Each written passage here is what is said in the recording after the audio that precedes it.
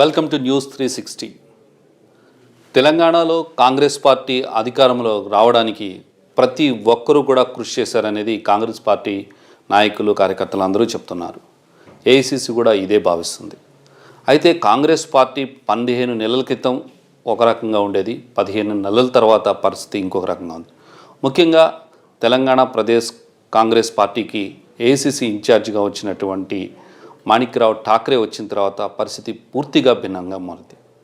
ఠాక్రే రావడంతో కాంగ్రెస్ పార్టీలో ఇంటర్నల్ డిస్ప్యూట్స్ని చాలా వరకు తగ్గించారని, కాంగ్రెస్ పార్టీ అధికారంలో రావడానికి తనకున్నటువంటి రాజకీయ అనుభవాన్ని చాలా రంగరించి పనిచేశారని చెప్పేసి అందరూ చెప్తున్నారు. నిజంగా అలా జరిగిందా? కాంగ్రెస్ పార్టీ తెలంగాణలో అధికారంలో రావడానికి ఠాక్రే పాత్ర ఏంటి అనేది ఆయన మాటలను తెలుద్దాం. నమస్తే ఠాక్రే గారు. हमारा जो बोलिए क्या है, आपको क्या लगता है इस किस कारण से तेलंगाना में कांग्रेस पार्टी इस सत्ता में आया, किसको देता है ये श्रेय आपको? देखिए, ये श्रेय मुख्य रूप पर तेलंगाना की जनता को ही जाता है. जिस तरीके से यहाँ की राजनीति चल रही थी, जैसा कि केसीआर जी की सरकार थी और 10 साल केसीआर जी को सरकार को हो चुके थे, लेकिन उसके पहले की अगर आप 2014 के पहले जब तेलंगाना नहीं बना था, उस वक्त का जो आंदोलन चल रहा था तेलंगाना बनाने के लिए, और उसके बाद कांग्रेस की सरकार के सेंट्रल में भी थी, स्टेट में भी कांग्रेस की सरकार थी, तो जनता की आवाज़ सुनकर उस वक्त सोनिया जी गांधी ने बहुत पहले ही, कुछ साल पहले ही ये कह दिया था कि तेलंगाना को बनना चाहिए, और उसके प्रोसेस शुरू कर दिए 2009 में. तब से 2014 में जब तेलंगाना बना तो उसमें अहम भूमिका अगर रही तो वो सोनिया जी गांधी की रही है, सभी को पता है. उस वक्त अलग अलग लोग तेलंगाना के लिए आंदोलन कर रहे थे और बहुत सारे लोग उसमें शहीद भी हुए, जो हमारे स्टूडेंट है ज़्यादातर. और वो चलते हुए अलग अलग यूनियन उसमें से काम कर रही थी. उसमें केसीआर की भी एक पार्टी थी. तो उन्होंने ये लोगों को जताना शुरू किया कि मेरी वजह से तेलंगाना मिला. लेकिन सच्चाई तो ये थी कि बहुत सारे लोग जो तेलंगाना अलग होना चाहिए, तेलंगाना की डेवलपमेंट्स होनी चाहिए, उस सोच के रखते थे. और उसी तरीके से जो हमारे एमपीज थे, ज़्यादातर कांग्रेस के एमपी थे उस वक्त, स्टेट भी कांग्रेस पार्टी की थी, सेंट्रल में भी कांग्रेस पार्टी थी. तो मैडम को, सोनिया जी को ये बात सही लगी कि ये तेलंगाना होना चाहिए अलग. तेलंगाना के डेवलपमेंट के लिए वहाँ SC ST OBC माइनॉरिटी बड़ी तादाद पे है, तो उनके विकास के लिए तेलंगाना अलग होना चाहिए. तो सोनिया जी गांधी ने वो पहल की और तेलंगाना जो हम देखते हैं तो तेलंगाना हमें मिला. Yes. उसके बाद 10 साल से लगातार जो केसीआर जिस तरीके से गवर्नमेंट चल रहे थे, वो यहाँ की जनता को अपेक्षित नहीं था. उनको ये लगता है कि जनता की सरकार आए, लोगों की बात सुने.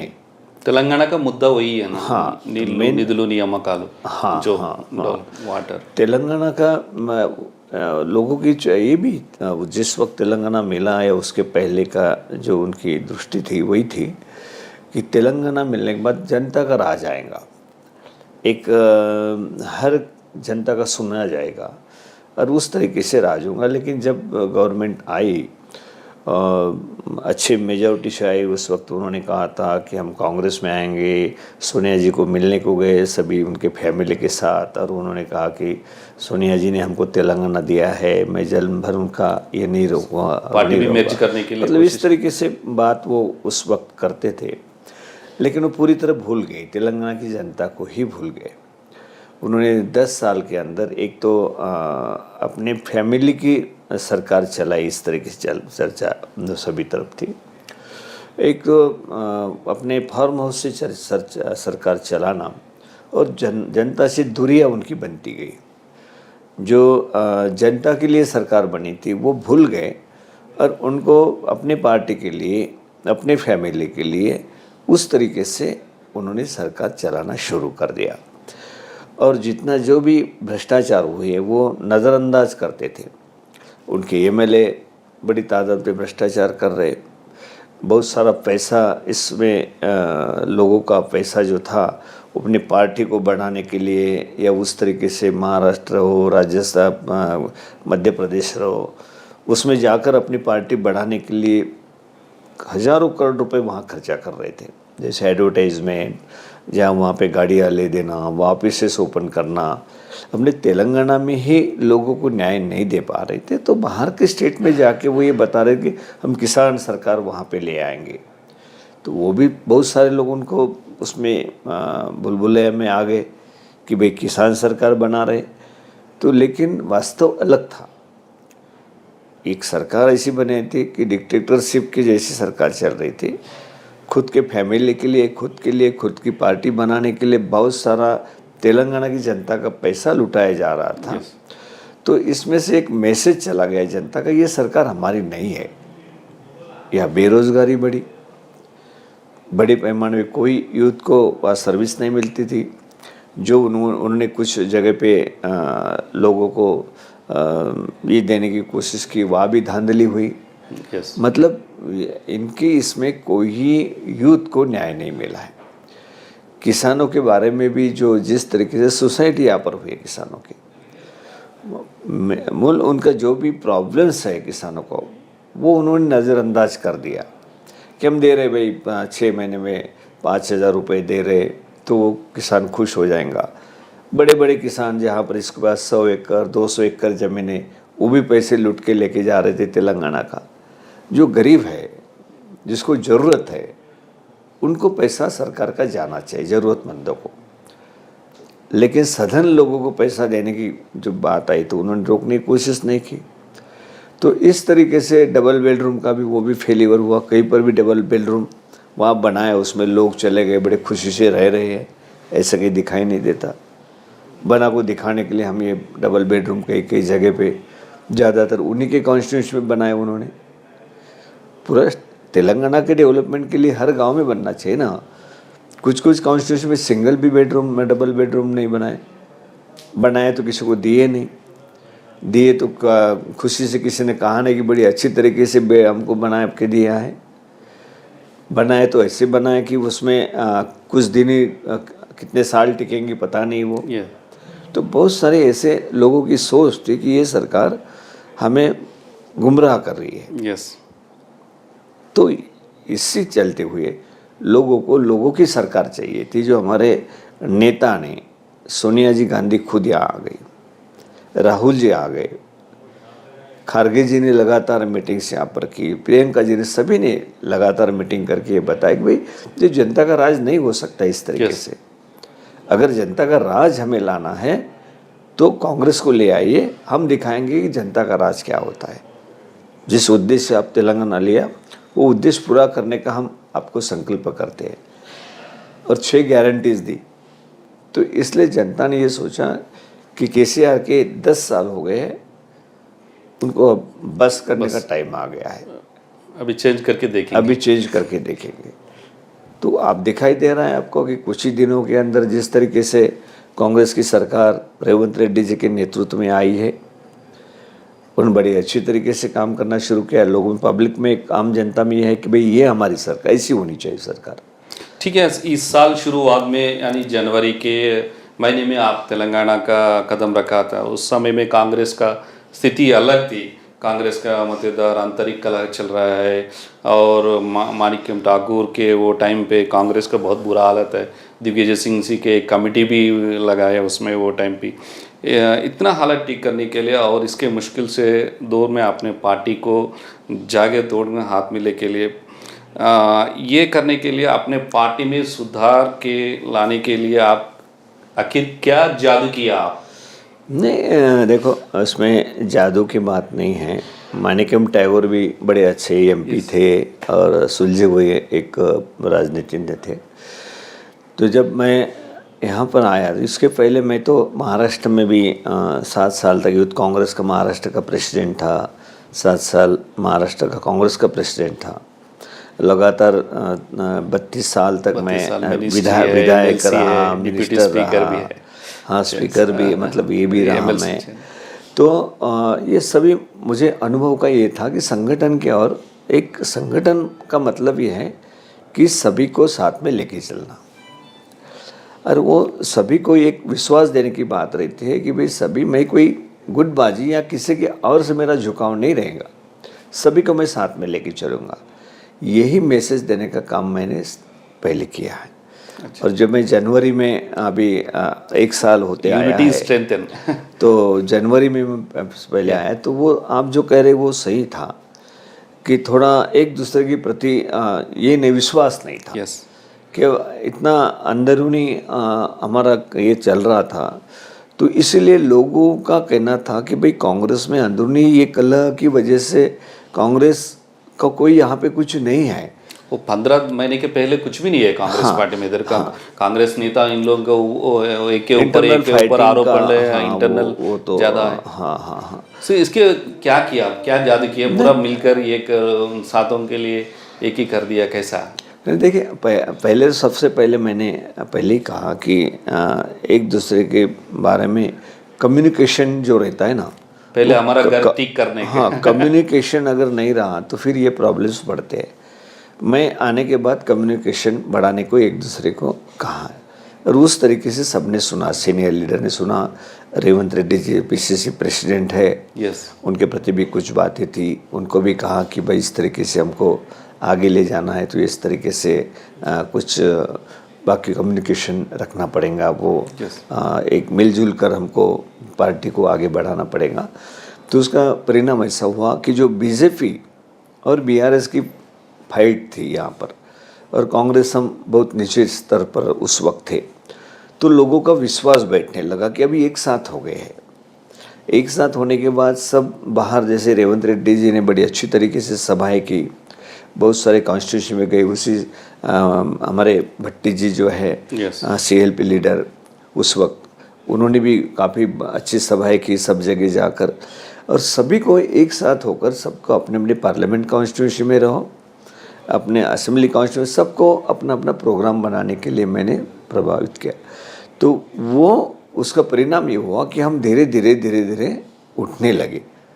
कम्युनिकेशन जो नहीं था वो बैठ गया ठीक से, एक दूसरे के प्रति कुछ शंकाएं थी वो दूर कर दी, उसके लगातार मीटिंग लेते रहा, उनसे बातचीत करते रहा, उनको एक सामने आमने सामने बिठा के कुछ अगर प्रॉब्लम्स है तो वो सुलझाने की कोशिश में करते रहा, और लगातार ही आ रहा। सही मैंने मुझे नहीं लगता कोई इतना टाइम एक स्टेट में दे सकता है। आप पहली बार एक प्रभारी बन गए राज्य के। हाँ। तो मैंने अभी देखिए 11 महीने तक का जो चुनाव तक 11 मंथ हुए थे, तो उसमें से 10 मंथ तक मैं यहाँ रहा, तेलंगाना में ही रहा। मैं तो देखा इतना साल से कोई कांग्रेस पार्टी का इंचार्ज इतना महीने यहाँ नहीं खड़ा। नहीं, देखिए इसमें कोई ऐसा कोई खाली दिन या कोई इस तरीके से नहीं रहना चाहिए फिर भी रहा, ऐसा नहीं हुआ। हम अलग अलग प्रोग्राम बनाते थे, वो प्रोग्राम की मॉनिटरिंग जो है वो मैं करता था, क्योंकि आपको 119 कॉन्स्टिट्यूंसी का नाम्स भी मालूम हो गए, पूरी तरह मालूम हो गए। और उसमें रेवंत को, एक तो रेवंत मोबिलाइजेशन की इसमें ओरिटरी लोग उनको चाहते थे, तो मैंने वही सोचा कि रेवंत को खुला उसमें से हम बाहर ग्राउंड लेवल पे भेज के उनसे वर्क करवा ले। तो वो मैं सिचुएशन उनको देते रहा। भट्टी जी को उसी काम में लगाया। अगर ये सिचुएशन हम देने के बाद जो ये उसमें बदलाव दिखाई दे रहा था मुझे, और यहाँ की जो सिस्टम है संगठन का काम चलाना, बाकी हमारे अलग अलग डिपार्टमेंट है उनके काम चलाना, वो लगातार उसके ऊपर मेरा ध्यान था। और मैं सभी से एक साथ मिलकर वो काम करवा रहा था। मतलब दोनों तरफ से एक ग्राउंड लेवल पे वर्क हो रहा था, और संगठन लेवल पे भी हम ऑफिस से वो वर्क कर रहे थे। और हमारे जो दोनों इंचार्ज है यहाँ पे, रोहित चौधरी जी भी हैं मेरे साथ, बड़े अच्छे सुलझे हुए हैं। वो भी ऑल इंडिया के NSY के अध्यक्ष थे। यहाँ पर बोसराज जी भी थे। आपको मालूम है कि वो कर्नाटक मिनिस्टर बन गए। दूसरे हमारे विष्णु जी है जो केरल के 4 बार MLA रहे, बड़े सुलझे हुए व्यक्ति है। मंसूर जी है जो रहमान साहब के लड़के, बड़ा उनका बड़ा एक अनुभव है कंप्यूटर ये वो, बड़ा अच्छी तरीके से वो टीम वर्क नई तरीके से। इनको भी मैंने पूरी तरह से अलग अलग क्षेत्र में जिम्मेदारी दी, उन्होंने बड़ी अच्छी तरीके से जिम्मेदारी निभाई। हम एक टीम वर्क, इसको टीम खड़ी की, लोकल सभी नेता कार्यकर्ता, PCC के ऑफिस बेरर, उन सबको लेकर हमने एक टीम खड़ी कर दी और टीम के तहत हम रिपोर्ट ये करते रहे कि क्या हम कहाँ तक पहुँचे, आज कितना हम डिफरेंस है हमारे और BRS केस में, कितना क्या करना चाहिए। तब हमने देखा कि BJP एकदम से पीछे चली गई लास्ट तक और हम BRS के फाइट में आ गए।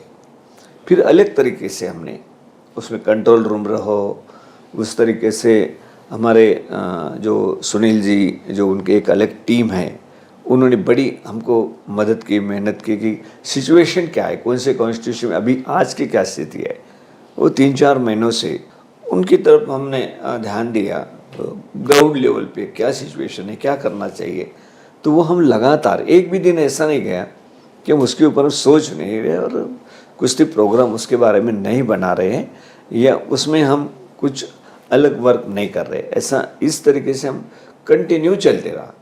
ये चुनाव 15 दिन का, 1 महीने का या 2 महीने का नहीं किया हमने टोटल 11 महीने से चुनाव की तैयारी की। इसीलिए आखिरी में एक ही गोल है, कांग्रेस पार्टी को लेके आना सत्ता। हाँ, एक ही था। बाद में सभी नेता एक साथ होकर सब ये कहते थे कि कांग्रेस पार्टी को लाना है। मन की बातें जो रहती थी वो मेरे पास आके बताते थे, मैं सुनने के लिए यहाँ बैठा रहता था, उनसे बातचीत करते रहता था। पार्लियामेंट एरिया में जाता था, असेंबली एरिया में जाते थे हमारे सेक्रेटरीज और हम, तो लगातार कभी हमने माइंड से 119 जगह को हटाया नहीं। उसके हर असेंबली कॉन्स्टिट्यूशन के हमने ध्यान देकर उसको जो भी प्रॉब्लम्स है वो सुलझाने की हमने कोशिश की। उसमें मेन हमको जो मदद मिली वो KC वेणुगोपाल जी, हमारे जो political general secretary all India के, उन्होंने बड़ी ताकत के साथ हमारे पीछे खड़े रहे और उन्होंने हमको पूरी मजबूती के साथ सपोर्ट किया कि क्या करना चाहिए, अभी ये करना चाहिए, अभी वो करना चाहिए। लगातार हमारे पूरी टीम के ऊपर उनका ध्यान था और सुझाव था और उन्हीं के अनुसार हमने 3-4 महीने से लगातार काम किया। ठीक है। अच्छा, ये इलेक्शन हो गया, कांग्रेस सत्ता पे आ गया, मगर कांग्रेस पार्टी ने जितना जनता को इतना वादा दिया है उनको लागू करने के काफ़ी कठिन है, मगर क्यों तो अभी हालत बहुत ठीक नहीं है कांग्रेस के। अभी तेलंगाना स्टेट में पैसा भी नहीं है, पैसा बहुत चाहिए और राज्य में भी आर्थिक का हालत का अनुसार ठीक नहीं है। आप बताइए, ऐसे में कांग्रेस अपने वादा पूरे करने के लिए कहाँ से लेकर आएगा इतना पैसा, और जनता के लिए कुछ टैक्स भी डालते हैं और कैसा लेके आता है? देखिए, वैसे तेलंगाना का जो रेवेन्यू जनरेट जो होता है तो बाकी स्टेट से हमारे फाइनेंशियली छोटा स्टेट होने के बावजूद भी 8वें नंबर पे, 7वें 8वें नंबर पे हमारे फाइनेंशियली पोजीशन है, तो अच्छी पोजीशन है। लेकिन जिस तरीके से KCR जी ने उनके मुख्यमंत्री रहते हुए उनके पीरियड में उन्होंने गलत तरीके से बहुत खर्च किए हैं, उससे बहुत सारा भ्रष्टाचार हुआ है। सही जो पैसा था वो सही जगह पे डालने की उन्होंने कोशिश नहीं की है, उसकी वजह से कर्जा भी हुआ है। और हम अब जब गवर्नमेंट में आए हैं अभी, तो हमने देखा है, CM ने देखा है, बाकी हमारे फाइनेंस मिनिस्टर जो भट्टी जी,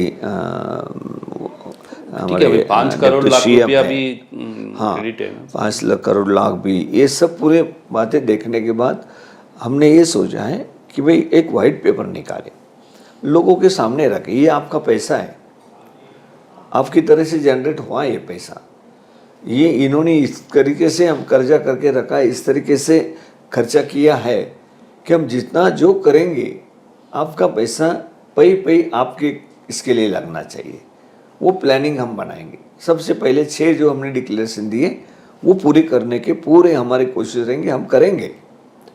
लेकिन फाइनेंशियल स्थिति भी लोगों के सामने रखने के बाद लोग भी सोचेंगे कि जो पहली गवर्नमेंट थी उन्होंने बहुत बड़ा ये धांधली की है और उसकी वजह से ये गवर्नमेंट की स्थिति ये बनी हुई है। जो स्थिति है उनको लोगों के सामने रखना जरूरी है हमें। अगर लोगों के सामने हम नहीं रखते हैं तो कल लोग समझे रेवेन्यू तो इतना जनरेट हो रहा है, कहाँ गया पैसा। तो हम पे लोगों की पैसा लोगों को देना चाहते हैं, तो ये हमारा मकसद है। तो हमारे सीएम का भी वही मकसद है, उसी लगातार रात दिन वो काम कर रहे हैं। हमारे पूरे जो कैबिनेट है वो रात दिन काम कर रहे हैं, डिप्टी सीएम और रात दिन काम कर रहे हैं। यस। तो मैं समझता हूँ कि एक वाइट पेपर आजकल 1-2 दिन में अनाउंस हो जाएगा और उसमें से पता चलेगा, आपको भी मीडिया को भी पता चलेगा कि क्या पोजीशन फाइनेंशियली स्टेट की है। उसमें से किस तरीके से हम लोगों को जो कमिटमेंट किया है वो हम कैसे पूरे कर सकते हैं। ठीक, करने का हमारा वादा है, 100% हम करेंगे। थोड़ी भी कोई शंका ये करने की ज़रूरत नहीं है। लेकिन फाइनेंशियल स्थिति हम जब हमारे मिनिस्टर देख रहे हैं, फाइनेंस मिनिस्टर देख रहे हैं, तो उनको फाइनेंस के प्रति हमको बड़ी ये है कि ये इस तरीके से राज्य को ले जाने का जो जिम्मा है, मतलब ये पहले गवर्नमेंट के ऊपर है जो स्थिति पैदा करके रखी है और उसमें से रास्ता निकालना हमारी जिम्मेदारी, हम जरूर निकालेंगे। ठीक है। और ये क्या कारण है कांग्रेस पार्टी ने तेलंगाना में पूरी ग्रामीण वोट बैंक ज़्यादा आ गया, इलाकों में अभी सीट ज़्यादा आ गया, खासकर जहाँ शहरी इलाकों में कुछ सीट्स कम आ गया, क्यों ऐसा हो गया? पूरा जनता जो अर्बन वोटर बीजेपी के साथ है, बीआरएस और बीजेपी ज़्यादा सीट ले लिया, सो मतदाता भरोसा करते हैं या उनका झुकान बीजेपी के साथ है? देखिए, ये बात तो एक स्पष्ट है कि सिटी के अंदर पिछले वक्त भी हमें कोई सीट नहीं मिली थी, बड़े मुश्किल ये से। शहर आदिलाबाद और करीमनगर, हाँ, निजामाबाद 24 में से हमारे पास कोई सीट नहीं थी, पिछले वक्त भी नहीं थी। इस वक्त हमको उम्मीद थी कि कुछ जगह हमको मिले, लेकिन जिस तरीके से एक साथ होकर हम पहले भी कह चुके हैं कि बीआरएस को पूरी तरह बीजेपी मदद कर रही है, बीजेपी बीआरएस को एमआईएम मदद कर रही है। मैं अर्बन का वोट बैंक के पूछ रहा हूँ। मैं अर्बन की बात कर रहा हूँ। ये 24 जगहों पे ज़्यादा इफेक्ट हुआ। यस। ग्रामीण एरिया में उसका ज़्यादा इफेक्ट नहीं हुआ। यस। क्योंकि यहाँ पे एमआईएम का जो भी है, यस, वो शहर में ज़्यादा है। वो अगर बीआरएस को सपोर्ट करते हैं तो नेचुरली बीआरएस को सपोर्ट ज़्यादा मिलेगा। बीजेपी अगर उनका एमआईएम ज़्यादा आप चल रही है तो बीजेपी उनका जो जिस तरीके से उनका प्रचार रहता है हिंदू मुस्लिम ये उसको या अलग करने का, तो वो बड़ी अच्छी ढंग से बीजेपी कर सकती है। इसलिए कुछ हद तक बीजेपी को मिले, इसलिए वहाँ पे वोटिंग जो है तो कांग्रेस को वो कम मिल पाया है। लेकिन हम पूरी उम्मीद करते, पहले से हमने काफ़ी जगह पे, अच्छी जगह पे हम बड़ी अच्छी पोजीशन में हैं। अच्छा। कुछ जगह पे तो हम 1000-2000 से हार गए, कई जगह पे 3-4 हज़ार से हार गए, अलग पार्टी भी। लेकिन आप पहली वाली स्थिति अगर देखेंगे तो बहुत उसमें सुधार हुआ है। लेकिन हम जरूर यहाँ पे सिटी में कामयाब नहीं हुए हैं। अलग से प्रोग्राम सिटी के लिए लेके आना पड़ेगा। क्या सीएम साहब से मैंने वही बात की है कि एक अलग प्रोग्राम, मगर हैदराबाद, ग्रेटर हैदराबाद में आप एक सीट भी नहीं जीता है, यहाँ से एक नेता भी की मंत्री भी नहीं बनाया आपने। जो मंत्री हुई केवल अपने विधानसभा में सीट पे ध्यान रखते हैं, इसमें से आप किसी तरह हैदराबाद में क्या मजबूत करते हैं? देखिए, अभी तो 6 मंत्री हमें बनाना बाकी है। उसमें से हैदराबाद का जरूर मिनिस्टर रहेगा, 100% रहेगा, उसमें शंका की कोई बात नहीं है। हम जरूर उसमें अगले जो भी मिनिस्टर बनाएंगे एक्सपेंशन में, वो मिनिस्टर हैदराबाद का रहेगा। और हैदराबाद के लिए सीएम साहब से भी बात हुई है कि एक अलग से प्लान बनाना चाहिए। यस। हमारे जो कैंडिडेट थे, एमएलए के कैंडिडेट, उनकी तरफ से भी कुछ सुझाव आए हुए कि ये प्लान बनाना चाहिए पूरे हैदराबाद के लिए। एक लोगों को बताना चाहिए कि हम क्या करने जा रहे हैं हैदराबाद के लिए, हमारा फ्यूचर प्लान क्या है। तो ज़रूर हैदराबाद जब तक फाइनेंशियली एक स्टेट सिटी है, जब तक सिटी को हम प्रोग्रेसिव इसमें नहीं लाते हैं, यहाँ की जो ज़रूरत है वो हम पूरी नहीं करते हैं, यहाँ के लोगों की ज़रूरत पूरी नहीं करते, तो तेलंगाना के लिए भी हम अच्छी तरह से कुछ नहीं कर पाएंगे। तो हमारा पूरा फोकस जो है ग्रामीण क्षेत्र के बराबर तेलंगाना के इस एक फाइनेंशियली जो हमारे कैपिटल है हैदराबाद, उसके ऊपर भी हमारे पूरे ध्यान है। क्यों है? तो पिछली बार आप ग्रेटर हैदराबाद का महानगर निगम में जीएचएमसी चुनाव में सिंगल डिजिट आ गया। अब तक फिर बीजेपी चुनाव नेक्स्ट जीएचएमसी चुनाव आने वाला है। बताइए क्या योजना बना रही है? और कांग्रेस पार्टी निगम चुनाव के मेयर सीट जीतना है तो, और एमआईएम, बीआरएस और बीजेपी से तीनों से लड़ना है। क्या प्लानिंग है? क्या जीएचएमसी के लिए कांग्रेस पार्टी कोई रणनीति बना रहे हैं? देखिए, रणनीति एक ही है कि लोगों को विश्वास दिलाना। आज तो कुछ ही दिन हुए गवर्नमेंट को, मैंने ये नहीं कहूँगा कि 2 महीने के अंदर को बहुत बड़ा बदलाव हम करेंगे, लेकिन जो हम 5 साल में करने वाले वो लोगों के सामने ज़रूर रखेंगे। ये हैदराबाद के लिए हम ये सब पूरे जो हम आपको बता रहे हैं, तो वो गारंटी उसकी देंगे, उस तरीके से हैदराबाद आगे 5 साल के अंदर दिखाई देगा। बहुत सारे चेंजेस दिखाई देंगे, लोगों को विश्वास बैठेगा कि जिस तरीके से गवर्नमेंट, हमारे सीएम, डिप्टी सीएम, हमारे मिनिस्टर्स काम कर रहे हैं, लोगों को विश्वास बैठेगा कि ये कुछ कर सकते, बदलाव आ सकता है। आज हैदराबाद की तरफ अगर देखा तो जैसे एक बहुत पुराना शहर के जैसे हैदराबाद दिखता है। कुछ होंगे आईटी के बिल्डिंग बड़ी बड़ी खड़ी कर दी होंगी, कुछ होगा वहाँ पे। तो ये कुछ बिल्डिंग से नहीं होता है। यस। हैदराबाद की जनता की क्या डिमांड है, उनको सुविधा के लिए क्या करना चाहिए, यस, उनको कम्युनिकेशन के लिए क्या करना चाहिए, उनको उस तरीके से जो रास्ते हैं, जो उस तरीके से कुछ इंडस्ट्रीज़ हैं, बाहर की स्टेट की भी इंडस्ट्री यहाँ कैसे आ सकती है, उससे हमको बेरोज़गारी के लिए भी फ़ायदा होगा। यहाँ के जो बेरोज़गार यूथ है यस, उनको भी मदद मिले, उस तरीके से बड़ी इंडस्ट्री यहाँ पे आए, उसके लिए हम क्या सुविधा दे सकते हैं। ये सभी बातें हमको विकसित करना पड़ेगा, लोगों को दिखाना पड़ेगा। उसलिए प्लान बनाना, सीएम ने कहा कि हम उस तरीके से प्लान बनाएंगे, लोगों के सामने रखेंगे, लोग ज़रूर हम पर विश्वास करेंगे, क्योंकि हम ये गारंटी पूरी कर रहे हैं। तो हैदराबाद के लिए भी जो गारंटी हम देंगे तो पूरी करेंगे। ये विश्वास देने का काम हम 1-2 महीने के अंदर करेंगे, क्योंकि आगे हमको 5 साल में काम करना है। यस। लोगों, जनता का भी यकीन है कि जो ग्रामीण देहात की जनता जो भी जिस तरीके से पूरी तरह कांग्रेस के साथ आई हुई है, कभी 40-50 साल से भी इतना मैंडेट कांग्रेस को तेलंगाना के एरिया के अंदर नहीं मिला था, वो मैंडेट हमको मिला है। तो मैं समझता हूँ कि लोग विश्वास करेंगे।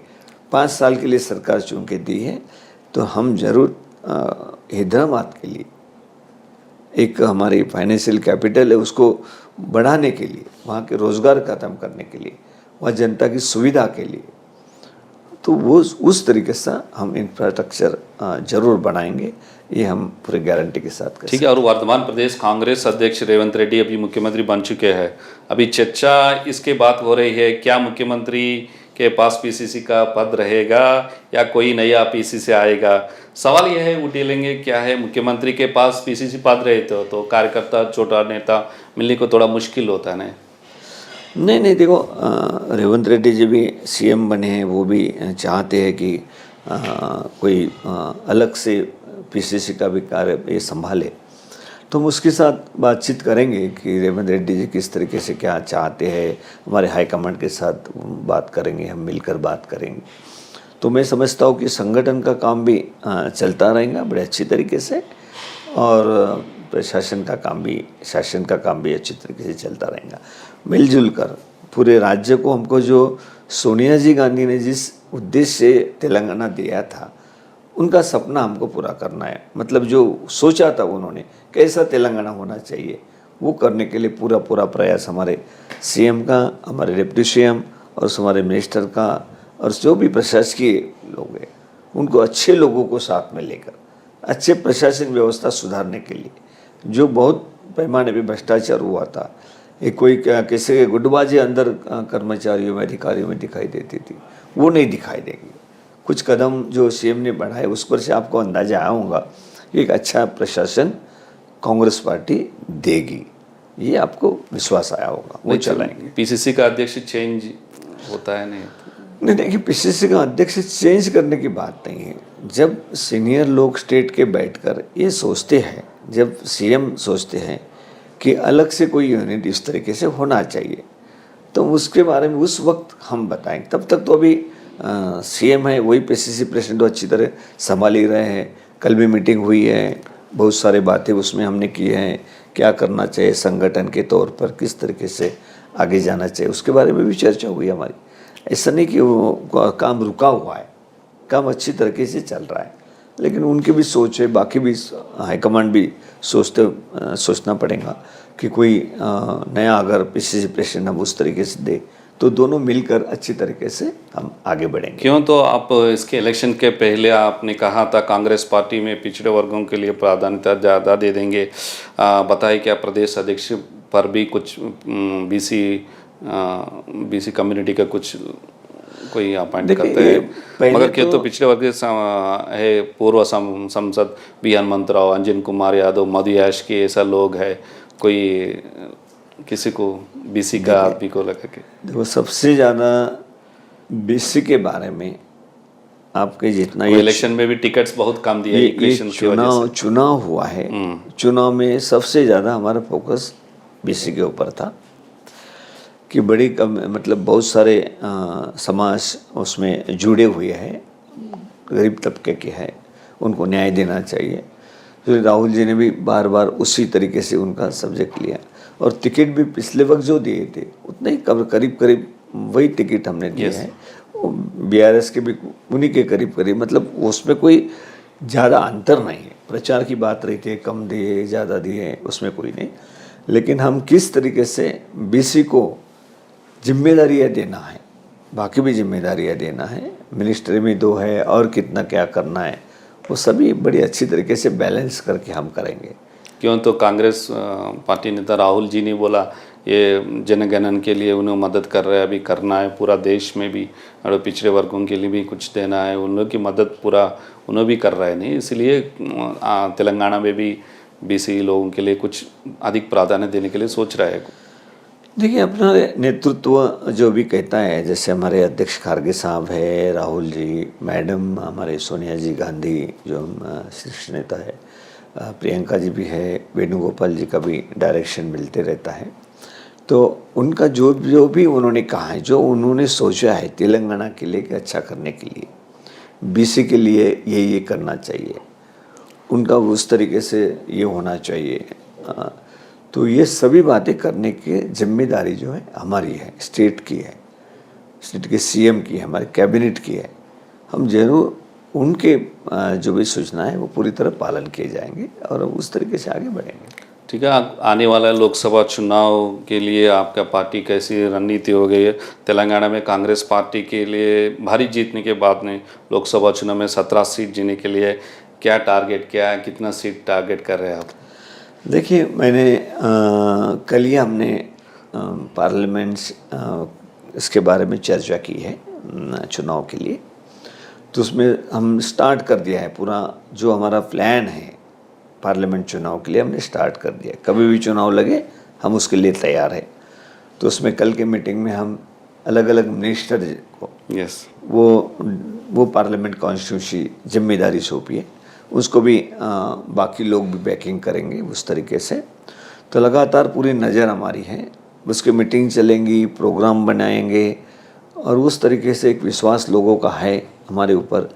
आज की स्थिति में जो भी असेंबली हम जीते हैं, ऐसी स्थिति में कुछ लोग बोलते नहीं जीतेंगे, कुछ जीतेंगे, लेकिन जनता की आवाज़ थी, जनता की इच्छा थी कांग्रेस को जितवाना। तो मैं यही इच्छा जनता की, तेलंगाना की जनता की है कि कांग्रेस को पार्लियामेंट में जितवाना, राहुल जी के साथ खड़ा होना, कांग्रेस के साथ खड़ा होना, ये जो सोच लिया है तेलंगाना की जनता ने, इसलिए पूरी तरह तेलंगाना की जनता ये कहीं पर भी जाओ आप, ये कहती कि नहीं पार्लियामेंट में पूरी तरह तेलंगाना वहाँ पे पार्लियामेंट 17 में कितना टारगेट किया? 17 में हमने स्पष्ट रूप से कहा कि हम 15 तो लाएंगे ही लाएंगे, हम पूरा टारगेट तो हमारा 17 का रहेगा, लेकिन कम नहीं आएंगी। यहाँ पे सबसे ज़्यादा सीट हमारी यहाँ से देने की पूरी कोशिश है। उस तरीके से हमने प्लान बना लिया है और वर्क भी शुरू कर दिया है। क्या सोनिया गांधी जी की तेलंगाना से लोकसभा इलेक्शन में लड़ी? हाँ, हमारा सुझाव है। कल की मेरे प्रतिज्ञा पीएससी की मेरी अध्यक्षता में जो मीटिंग हुई उसमें हमारे सीएम ने प्रस्ताव रखा कि ऐसा ऐसा यहाँ से सोनिया जी गांधी जी ने लड़ना चाहिए। तो हमने सब बड़ी अच्छी तरीके से मैंने सभी को ये प्रस्ताव को मंजूरी दे दी। वो हम खड़गे साहब की तरफ भेजेंगे और जो हमारे अध्यक्ष हैं उनको रिक्वेस्ट करेंगे कि आप मैडम जी को यहाँ पे लड़ने के लिए हमारी तरफ से रिक्वेस्ट कीजिए। तो ये तो हमारी पूरी कोशिश है कि सोनिया जी आके लड़ती हैं। सोनिया जी इधर करने तो कुछ प्रभावित इम्पैक्ट होता है तेलंगाना में पूरा।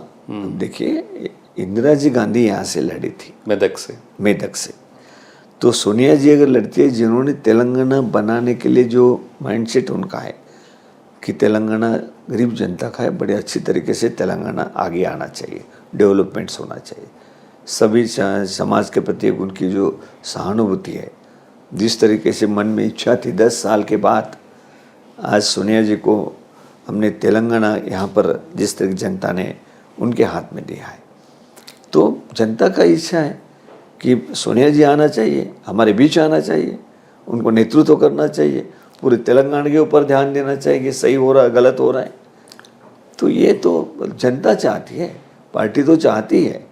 हमने तो रेजोल्यूशन पास किया, लेकिन जनता चाहती है कि मैडम यहाँ पे आए, हमारे बीच में आए, हमारी समस्या सुलझाने के लिए आए, मदद करने के लिए आए। तो वो तो इतने बड़े नेशनल लेवल हमारी शीर्ष नेतृत्व यहाँ अगर आता है तो हम भी खुश हैं, जनता भी जरूर खुश होंगे। और अदर साइड में बीजेपी दक्षिण भारत के राज्यों में भी अधिक से अधिक सीट जीतने के लिए रणनीति बना रही है, इसका कारण क्या है? तो उन लोग भी ट्राई कर रहे हैं। देखिए, वो तो अभी हमारी नेशनल CWC भी है कल 21 को, तो उसमें तो चर्चा होगी सभी बातों के ऊपर। लेकिन उसके बारे में हमारे नेशनल जो ये है नेतृत्व है वो सोच रहा है, मतलब उसकी तरफ से प्लान भी बना रहे हैं हर स्टेट का। लेकिन हमारी तरफ जो जिम्मेदारी तेलंगाना की है तो पूरी अच्छी तरीके से प्लान बना के हम आगे बढ़ रहे हैं। ठीक है। हाल फिलहाल में इसने 3 राज्यों में कांग्रेस पार्टी हार गया, को थोड़ा निराश हो गया, इसका कारण क्या हो?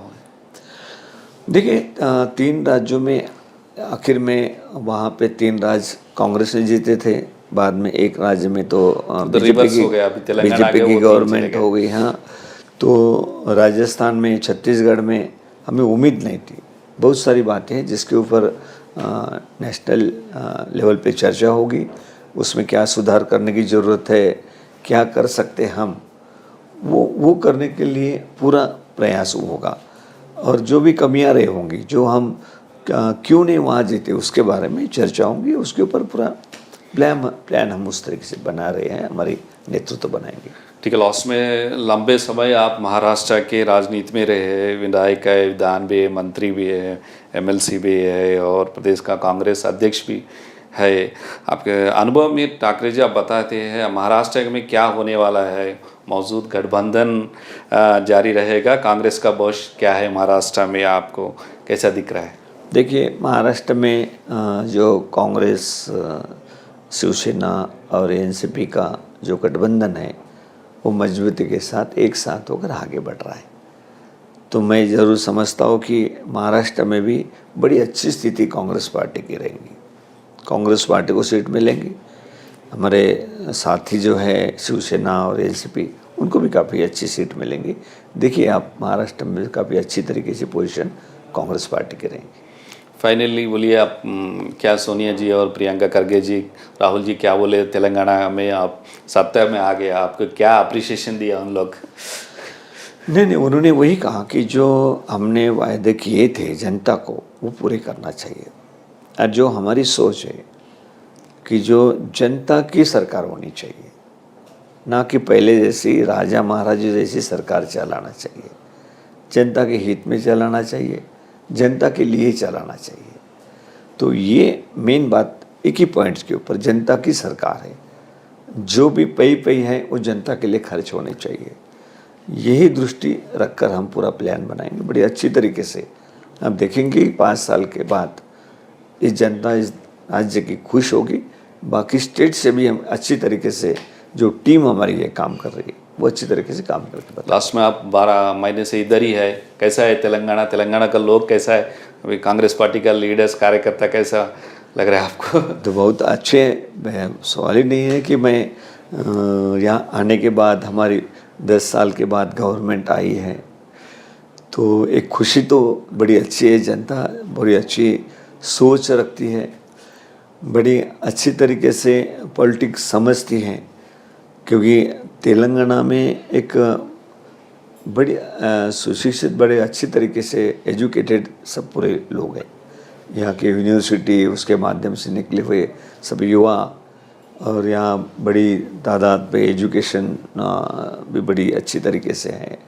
यहाँ का फ्रूट भी बड़ा अच्छा लगा है हमको, जो यहाँ बिरयानी वेज रहो नॉन वेज रहो सब बड़ा स्पाइसी है। थोड़ा हमारे यहाँ चलता है, जैसे विदर्भ में भी स्पाइसी हम खाते हैं, महाराष्ट्र में भी कोल्हापुर के जैसा स्पाइसी, विदर्भ में भी स्पाइसी, तो ये महाराष्ट्र में भी चलता है।